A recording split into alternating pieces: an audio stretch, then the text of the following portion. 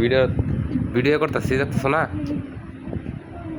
এ দই রসমালাই এখন ওপেন করতেছি।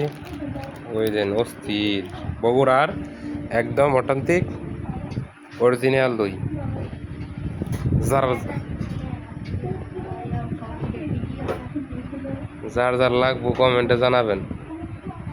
বগুড়ার দই একবার বিখ্যাত দই বগুড়ার।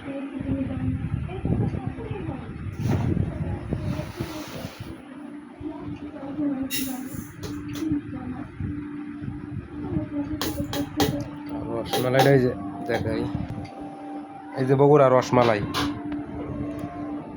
অস্থির রসমালাই, রসমালাই আর দই।